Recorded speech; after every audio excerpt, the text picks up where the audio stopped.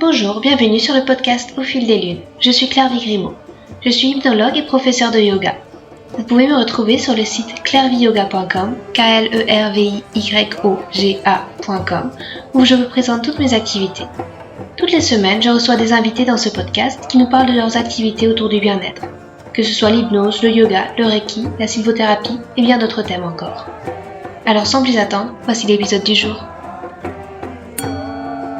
Dans cet épisode, je reçois Ombeline de Lombini. Ombeline est blogueuse, professeure de yoga, voyageuse et auteure. Elle nous raconte sa rencontre avec le yoga. Tout d'abord mue par un désir d'éprouver son corps, il s'ensuivit un moment de basculement, où on se rend compte que la force et la souplesse que le physique a acquis grâce au yoga, l'esprit et le mental en ont aussi bénéficié. Et puis la grande découverte avec le yoga Kundalini, un yoga qui intrigue, encore assez peu connu. J'en parlais d'ailleurs avec une amie à qui on l'avait décrit comme un yoga où on est habillé tout en blanc. D'ailleurs, la première fois qu'elle a assisté à un cours de Kundalini, Ombeline était un peu décontenancée. Ce n'est que 9 mois plus tard que la gestation de la graine de la passion pour ce yoga s'est mise à germer, et qu'elle est retournée à notre cours de yoga. La passion a fleuri jusqu'à devenir enseignante et écrire un livre sur ce sujet. Alors, elle nous explique avec simplicité ce yoga fait de respiration, de chants de mantra, de kriya, qui permet de se connecter profondément avec soi. Et son exemple donne envie de se lancer dans une des méditations qu'elle nous présente, des cycles de 40, 90, 120 jours, à répéter des mantras pendant 11 minutes pour ouvrir son cœur, se libérer des mémoires intérieures, se réaligner avec qui l'on est vraiment. Si cela peut sembler de longs moments, c'est surtout s'offrir un temps de rendez-vous avec soi. Et puis, l'expérience est magique, si l'on en croit les transformations fabuleuses qui ont suivi ces méditations. Elle nous parle aussi de son expérience avec les voyages, de toutes ces curieuses coïncidences qui lui ont montré la voie à suivre, au sens propre comme au figuré, des petites paillettes dispersées sur son chemin qui l'ont fait s'envoler vers Puerto Escondido. En attendant, on la retrouve à Mexico City, rayonnante et dynamique, pour parler avec passion de yoga, de voyage, d'écriture et de bien d'autres choses.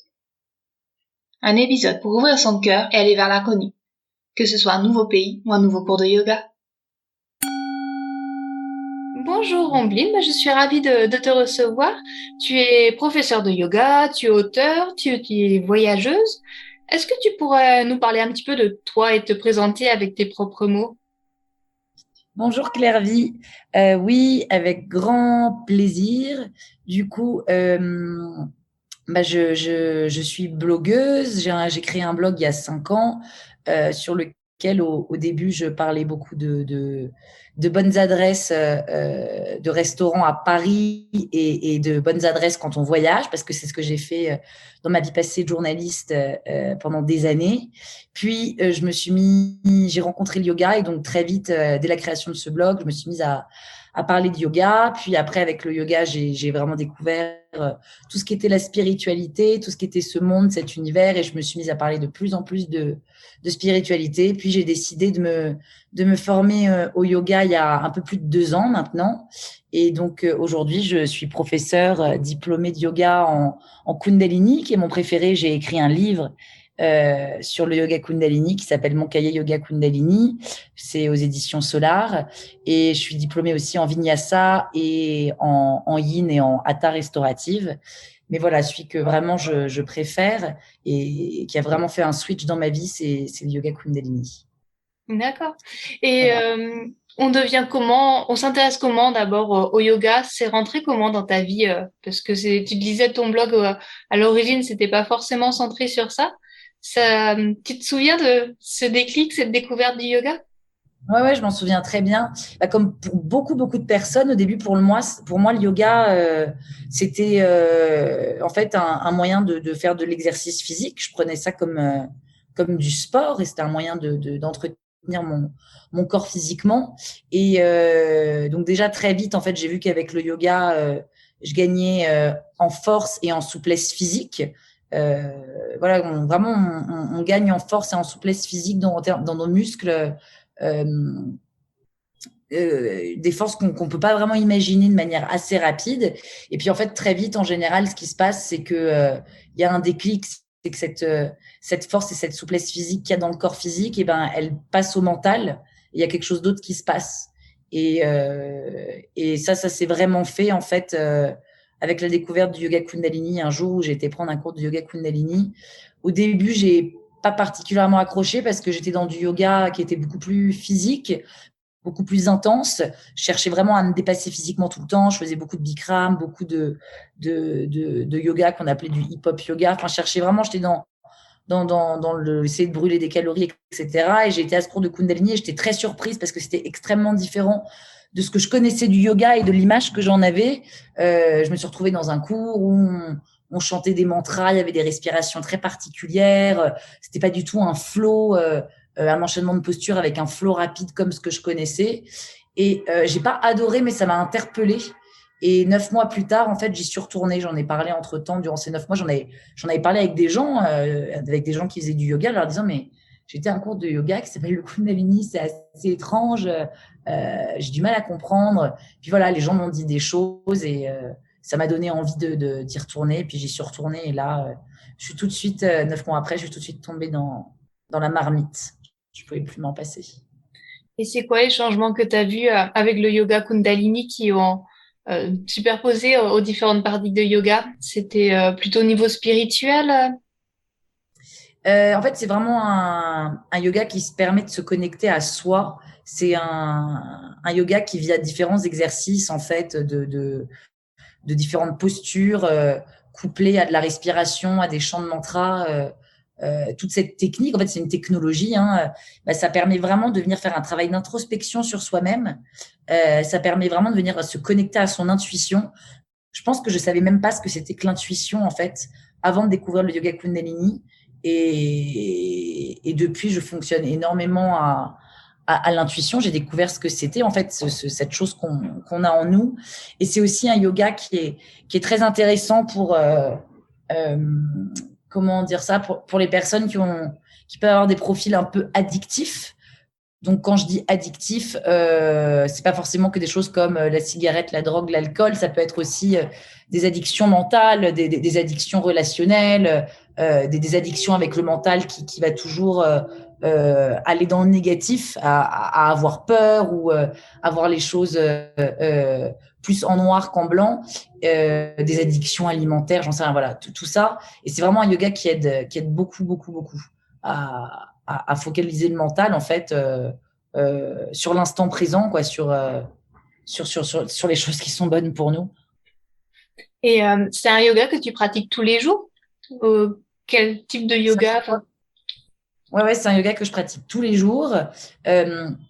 Alors, je dis pas que je vais faire 1 heure et demie de cours tous les jours, mais en tout cas, je suis des cycles de méditation de 40 jours, de 90 jours ou de 120 jours, ça dépend. Donc tous les jours, donc je choisis une méditation spécifique. C'est chaque méditation en fait en Kundalini a une intention spécifique. Donc on peut venir travailler sur l'ouverture de son cœur, on peut venir travailler sur nettoyer les mémoires passées, on peut venir travailler sur attirer l'abondance et la prospérité dans sa vie. Voilà, il y en a pour absolument tout. Et j'essaye de suivre des cycles de 40 jours en général. J'en ai déjà fait de 90 jours. Voilà, donc ça peut être une méditation de 11 minutes, ça peut être une méditation de 31 minutes. On peut augmenter le temps au fur et à mesure. Et c'est très intéressant, en fait, de faire ce travail parce que on voit vraiment le pouvoir en fait, bah, c'est la loi de l'attraction, quoi. Quand on vient répéter, un mantra, quand on vient faire un exercice tous les jours ou une certaine technique de respiration pendant un certain nombre de minutes avec une intention, on se rend compte qu'on peut vraiment réussir à créer, en fait, l'intention qu'on essaye de projeter. Et je me posais une question, est-ce que le côté physique d'un yoga, on va dire, plus connu comme le Vinyasa ou le Hatha Yoga ne te manque pas lorsque tu pratiques le Kundalini Yoga qui est peut-être plus posé, plus dans les chants, plus dans la respiration, hein?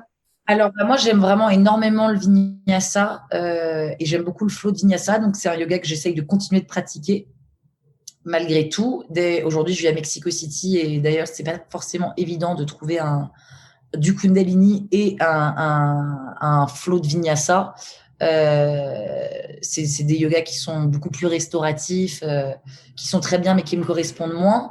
Et donc, si, bah, ça me manque. Donc, moi, je l'enseigne aussi, le vinyasa, et quand j'organise des retraites, je propose pas que du Kundalini. Mes élèves, elles pratiquent également le vinyasa et le yin.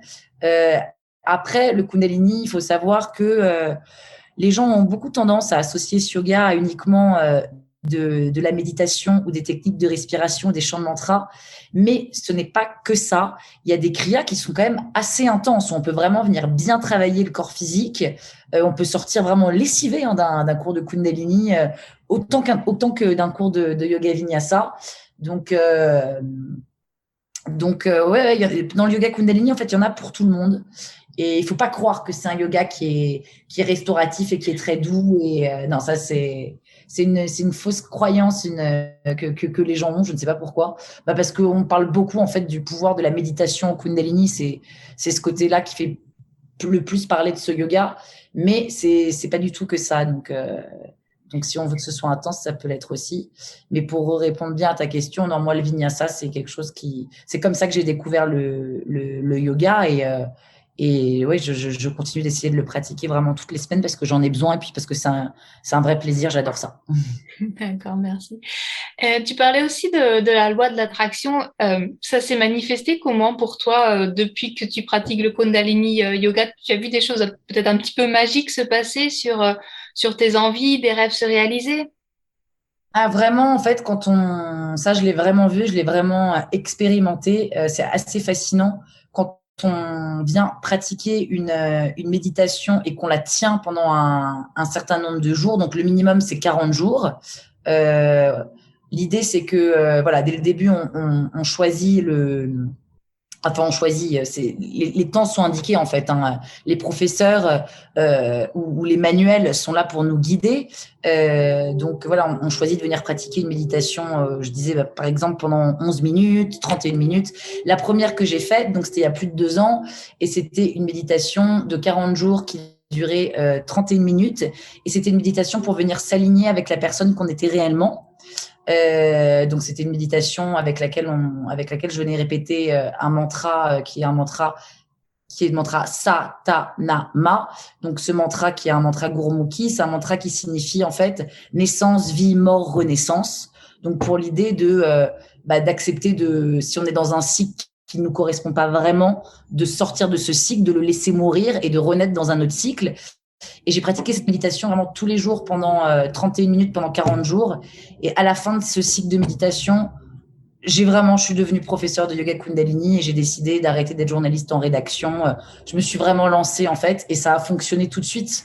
Et donc voilà, après on peut dire ce qu'on veut. Peut-être que aussi mon blog m'a aidé ou peut-être que j'ai mis l'énergie qu'il fallait. Peut-être que mon yoga Kundalini, j'en parlais avec tellement de passion que je réussissais à bien vendre entre guillemets, à bien vendre mon truc. Parce qu'il y a 2 ans, 2 ans et demi, c'était pas encore ça avait pas voilà, c'était moins connu que ça l'est aujourd'hui. Il a quand même pas mal explosé avec le confinement. Et moi, quand j'ai commencé le yoga Kundalini, c'est vrai qu'il y avait beaucoup de gens qui avaient limite l'impression que j'étais dans une secte. Aujourd'hui, on est quand même vraiment loin de cette image. Et donc voilà, ça c'est la première méditation que j'ai faite. Et donc bah, pour moi, elle a vraiment fonctionné. Et j'ai fait d'autres cycles de méditation. Par exemple, j'en ai fait une pour faire ressortir les phases, venir en fait se connecter et faire ressortir nos phases d'ombre, the dark shadow, parce qu'on a tous une part lumineuse en nous et une part et une part qui n'est pas lumineuse. Et c'est sûr qu'elle est la part moins lumineuse est moins agréable, mais c'est comme ça, elle fait partie de nous et c'est comme pour tout dans la vie, on a besoin, pour qu'il y ait du soleil, on a aussi besoin de l'ombre, on a besoin de l'équilibre des deux. Et donc ça, c'est une méditation que j'ai faite pendant 90 jours. C'était des mantras et de la respiration. Je l'ai faite aussi pendant 31 minutes, donc 90 jours. Je l'ai commencé avant le premier confinement et je l'ai terminée, je crois, pendant le premier confinement ou à la sortie du premier confinement. Je ne sais plus, non, pendant le premier confinement. Et j'ai vraiment facé, comment dire, je perds un peu mon français comme je vais à Mexico depuis 9 mois. J'ai vraiment, oui, facé ma part d'ombre, en fait. Il y a des événements dans ma vie qui ont fait que ouais, j'ai vraiment réalisé qu'en fait, j'avais en moi une peur de l'abandon et du rejet qui était énorme. Et j'ai compris en fait d'où elle venait. Et voilà, et de toute façon, cette peur, elle est là. Il y a de fortes chances pour qu'elle reste là toujours, c'est comme ça. Mais aujourd'hui, je sais qu'elle est là et je sais comment en fait la dompter. Je sais un peu comment la tenir à distance. Je sais comment lui parler quand elle vient pour qu'elle n'envahisse pas tout, qu'elle prenne pas toute la place. Donc ça a été assez fascinant en fait, ouais, que à la fin de ce cycle de méditation, il se passe quelque chose dans ma vie qui fasse que j'ai à vraiment affronter en fait cette part d'ombre qui est en moi et qui était là depuis toujours, mais j'avais pas vraiment mis le doigt dessus, quoi. Donc voilà, et j'en ai fait une autre aussi après une rupture amoureuse qui a été très douloureuse pour venir réouvrir mon cœur. Et elle a été très intéressante. Elle a été très intéressante cette méditation aussi pendant tout le process en fait, parce que déjà quand je faisais cette méditation, donc c'est avec le mantra Sat Kartar, et ben plus les jours passaient, plus j'avais l'impression de ressentir de l'amour de la part des gens autour de moi. Vraiment, j'avais l'impression de ressentir énormément de bienveillance, que les gens étaient vraiment là, quoi, vraiment là sur ma route pour m'aider, pour me donner de l'amour. Et à la fin de cette méditation, et ben je me suis mise avec quelqu'un d'autre. En fait, j'ai accepté de réouvrir mon cœur, de pas avoir peur. Voilà, donc ça a été assez positif pour ça. C'est ces trois expériences qui ont été vraiment très fortes avec des méditations de Kundalini. D'accord. C'est vrai que ça donne envie, en tout cas, Ouais. de s'y mettre. De pratiquer la discipline, en fait, parce que l'idée, c'est juste de s'imposer. Parce qu'on peut croire que 11 minutes, tous les jours, pendant 40 jours, par exemple, rien que 11 minutes, il y a des gens qui me disent « Ah, mais j'aurais pas le temps, est-ce que je peux pas faire 3 ?» Je dis « Bah, si c'est que 3, à la limite, fais-le. » Mais c'est vraiment l'idée de venir tenir cette discipline de tous les jours, se donner ce rendez-vous avec soi-même. Et puis, en fin de compte, 11 minutes, voire même 30, on les a, en fait. C'est 11 minutes qu'on peut prendre moins sur Instagram, par exemple, ou sur Facebook, j'en sais rien.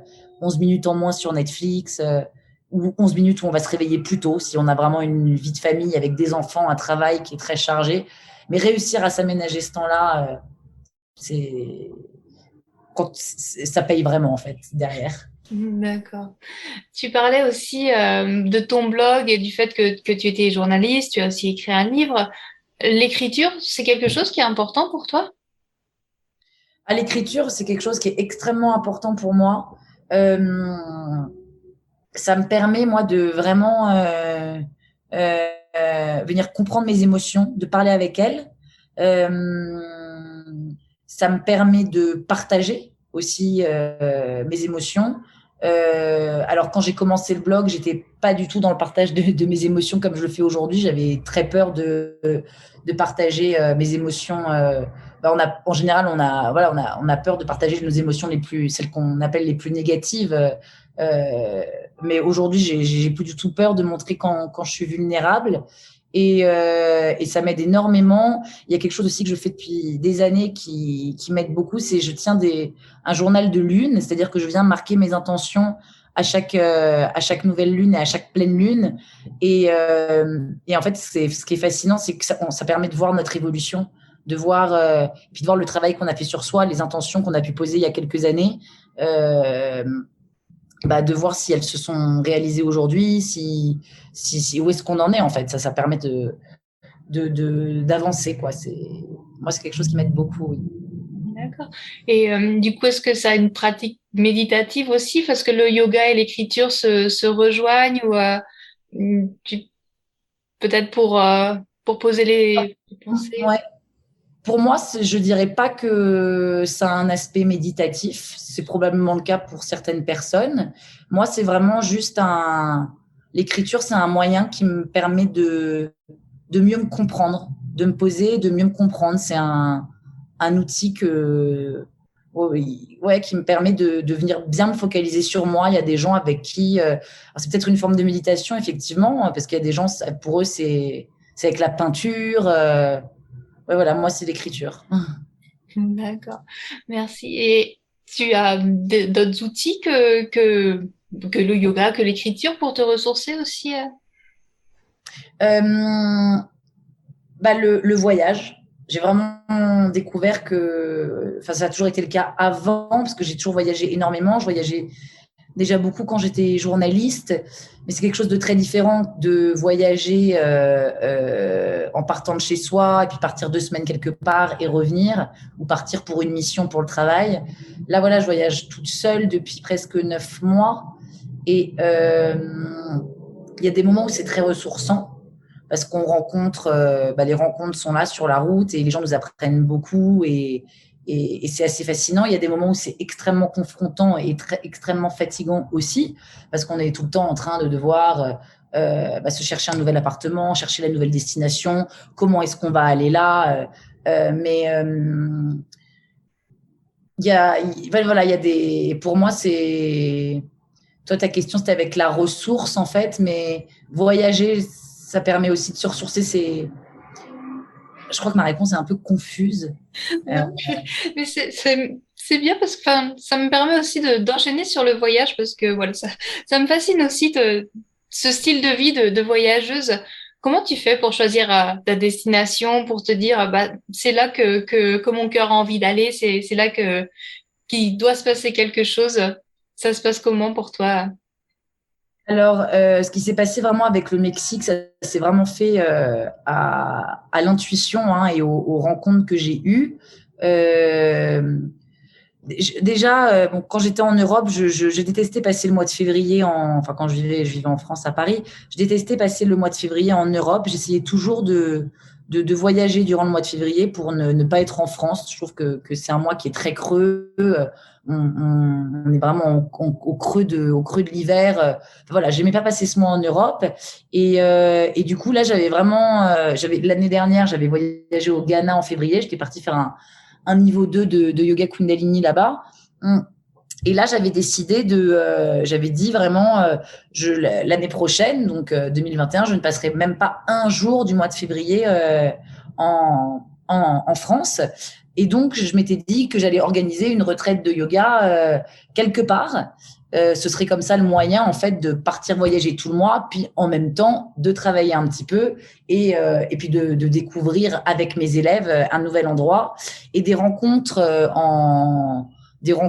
du hasard ont fait qu'en juillet donc 2020, à la sortie de notre premier, ou juin, je ne sais plus exactement, à la sortie de notre premier lockdown, j'ai rencontré une personne complètement par hasard quand je suis dans le sud de la France qui m'a dit qu'elle avait un hôtel au Mexique.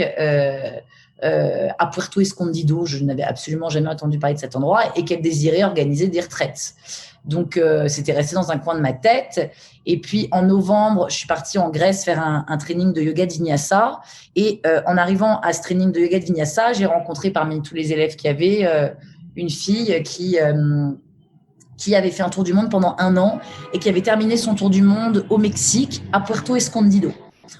Donc, elle m'a juste donné cette information.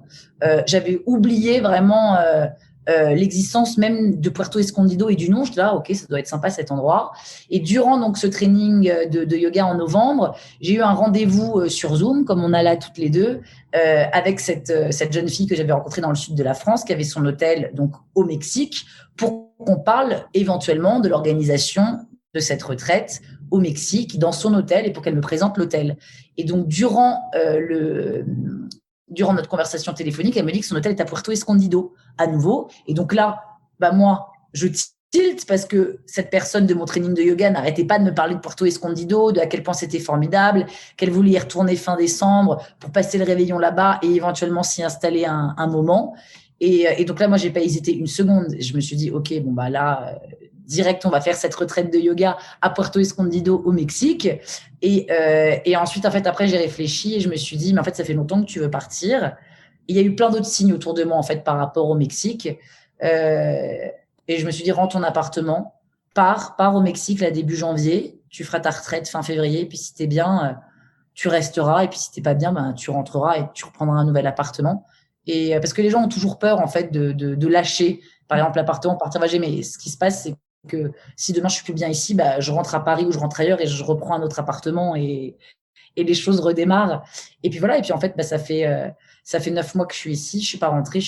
Alors il y a des moments qui sont confrontants parce que au début je parlais pas un seul mot d'espagnol, mais Mais voilà, mon voyage se fait en fait au fil de mes rencontres. Euh, quand on a la liberté que j'ai, parce qu'il faut savoir aussi que je voyage là toute seule, mais que j'ai pas d'enfant. Quand on est tout seul, on est plus libre aussi. Donc, je croise des gens et ils me disent, ah, je reviens de tel endroit, c'était formidable. Et je me dis, ah bon, bah ok, très bien. Bah, alors là, on va prévoir d'y aller peut-être là-bas la semaine prochaine. Par exemple, je suis partie au Guatemala fin juin. J'ai choisi d'aller au Guatemala parce que mon visa de résidence au Mexique est de 6 mois. Il arrive à expiration, donc il faut sortir du territoire et puis re-rentrer sur le territoire pour pouvoir le renouveler.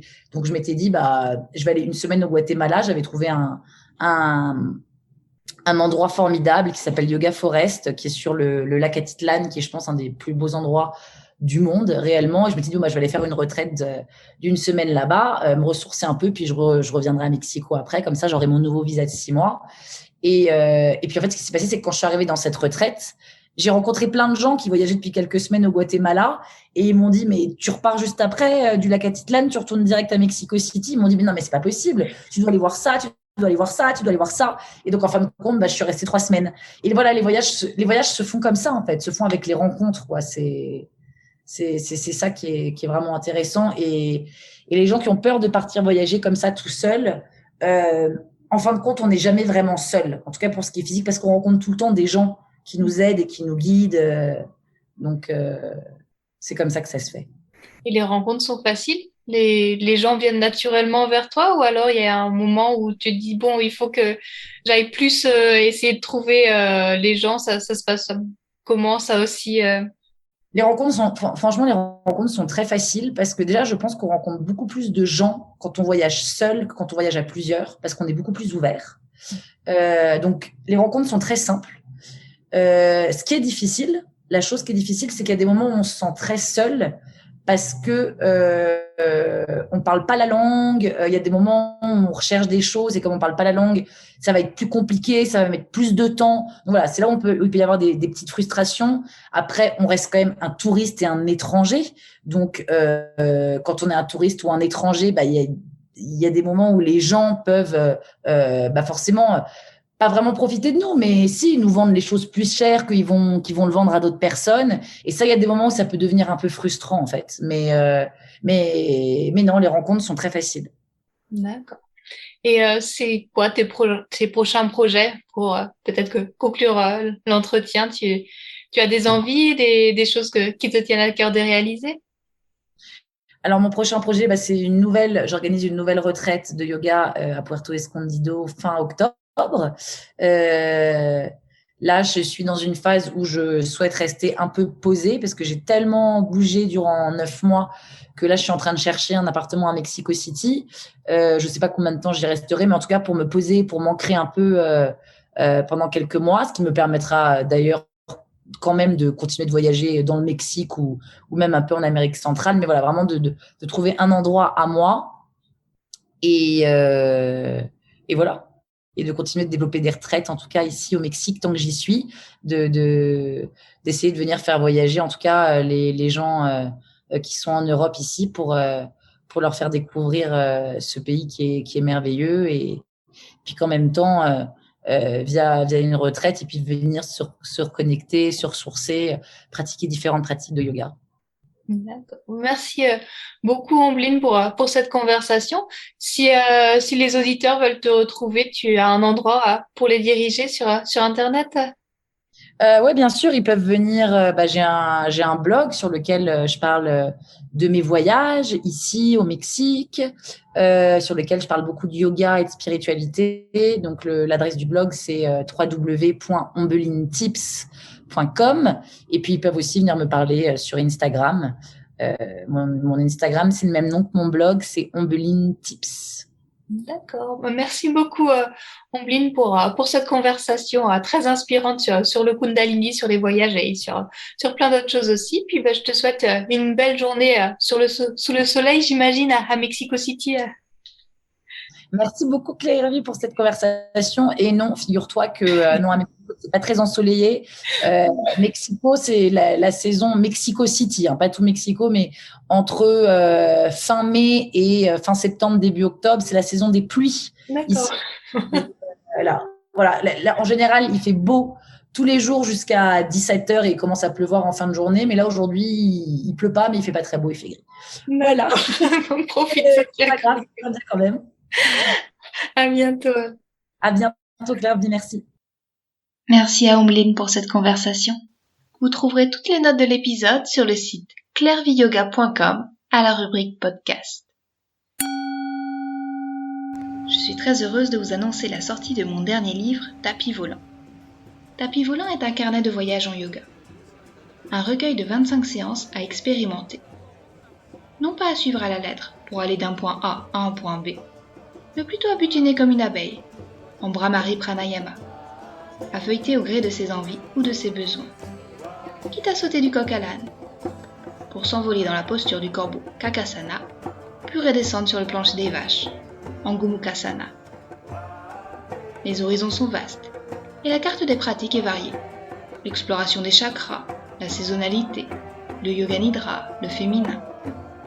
Balisés par des sections structurées avec des mudras, des pranayamas, des dharanas, les plans de route proposés se concluent par une expérience personnelle d'un yogi ou d'une yogini, accompagné d'un dessin à l'aquarelle pour l'illustrer. Le voyage est coloré, surprenant, inattendu, pour savourer la liberté de la discipline du yoga. Ce yoga qui donne des ailes grâce à son pouvoir de nous faire rêver, méditer, évoluer. Alors, embarquez sur vos tapis volants. Un voyage en yoga fabuleux est prêt à se dérouler sous vos pieds. Le livre, c'est Tapis volant. Vous trouverez plus d'informations sur le site clairviyoga.com/tapis-volant avec un S. Merci et à bientôt.